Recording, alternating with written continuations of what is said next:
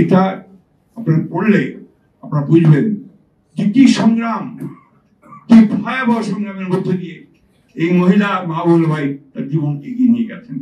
তার 3 কন্যা এখানে হচ্ছে আছে কেন যায় না, তারাও সেই সংগ্রামের মধ্য দিয়ে বড় হয়েছে। মাহবুবুল্লাহ ভাই প্রতিটি এলাকার মধ্যে একটা জিনিস লক্ষ্য করবেন সবাই, যে তিনি তার এলাকাতে সবসময় এই দেশের কথা, মানুষের কথা, কৃষক শ্রমিকের কথা, সমাজ পরিবর্তনের কথা, দেশটাকে পাল্টে দেওয়ার কথা বলেছেন। ব্যক্তিগত কোনো পাওয়া না পাওয়ার কথা কিন্তু এখানে তিনি বলেন না। অথচ এই মানুষটি বাংলাদেশের আমার যত জানা আছে পণ্ডিত লেখাপড়া জানা মানুষ তাদের মধ্যে অন্যতম একজন শ্রেষ্ঠ ব্যক্তি। আমরা তাকে সেই মূল্যায়নটা করতে পারি।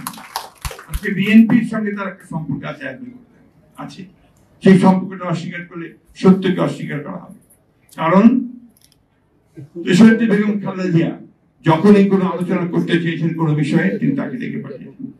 এবং ভিশন 2030 যে বইটা আমাদের প্রথম সংস্কার, আমাদের রাজনৈতিক সংস্কার, সাংবিধানিক সংস্কার, অর্থনৈতিক সংস্কার, যে আমরা যে একটা বই করা হয়েছিল ভিশন 2030, এটার মূল বিষয়টাই ছিল কিন্তু মাহবুবুল্লাহ তার চিন্তা ভাবনা থেকে সেগুলো বেরিয়ে এসেছিল। এই জন্যে পরবর্তীকালে আমাদের যখন ফ্রন্ট তৈরি হলো, আপনার অর্থাৎ 22 সালে আমরা যখন এই ফ্যাসিস্টদের বিরুদ্ধে যেমন যুগপৎ আন্দোলন শুধু নয়, আমরা ফ্রন্ট করলাম 22টা, আরো 18তে ফ্রন্ট করলাম, যেখানে আমরা নির্বাচনে অংশ নিলাম।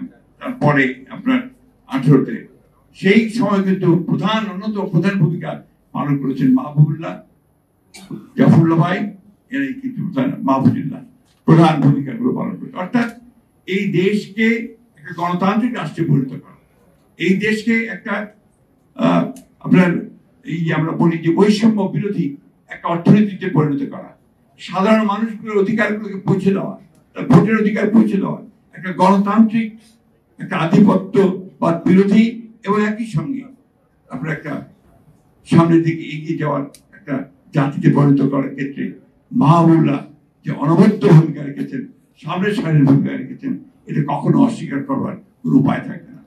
তার বইগুলোর মধ্যে যদি আমি সবগুলো পড়ার সুযোগ পাইনি, এখনো পাইনি, বইগুলো যতগুলো পড়েছি সবটাই দেখেছি যে ওই একই সুর বেজে উঠেছে যে বাংলাদেশকে আমরা সত্যিকার অর্থে একটা গণতান্ত্রিক একটা আপনার এই বৈষম্য বিরোধী এবং মানুষের স্বাধীনতা এবং বাংলাদেশের স্বাধীন বাংলাদেশের আমরা একটা চিত্র দেখতে চাই, সেটাই হওয়ার।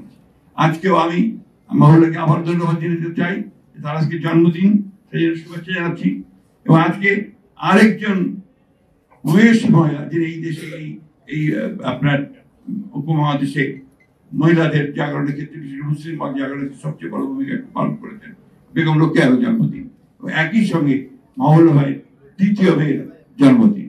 আমরা তাদের শুভেচ্ছা জানাচ্ছি এবং প্রত্যাশা করছি যে তাদের এই জন্মদিনগুলো আরো অনেক দিন আসুক আমাদের জীবনে। মাহবুবুল্লাহ ভাই তার পাণ্ডিত্য দিয়ে, তার বুদ্ধিমত্তা দিয়ে, তার অভিজ্ঞতা দিয়ে তিনি বাংলাদেশের রাজনীতিকে এবং অর্থনীতিকে আরো সহায়তা প্রদান করবেন, এই আশা আমি ব্যক্ত করছি। এবং সকলকে আবার আহ্বান জানাচ্ছি, যে কথাটা মাহবুবুল্লাহ ভাই বলেছেন আমাদের সেই একই কথা। আসুন 24 জুলাই আন্দোলনের মধ্য দিয়ে আমরা যে বিজয় অর্জন করেছি, আসুন সবাই বলেছেন আমরা সবাই মিলে সেই বিজয়টাকে সুসংহত করি।